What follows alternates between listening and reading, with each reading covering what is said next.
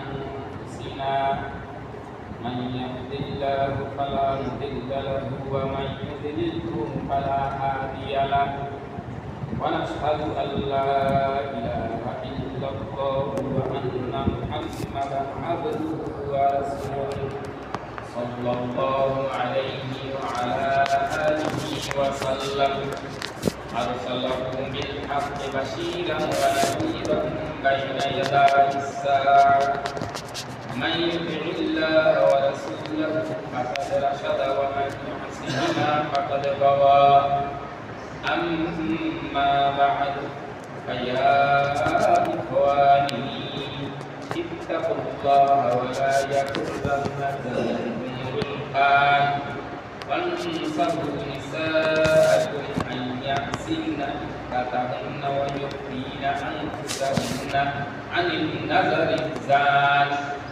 قال النبي صلى الله عليه وسلم المرأة عورات فإذا خرجت استشرق الشيطان فاقربوا ما تكون من رحمة ربها وهي في قعر بيتها. رواه الترمذي.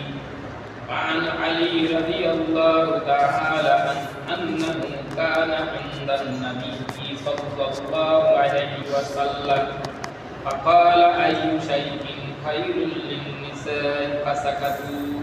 قال فلما رجعت قلت لفاطمة أي شيء خير للنساء قالت لا ريب فيه رجال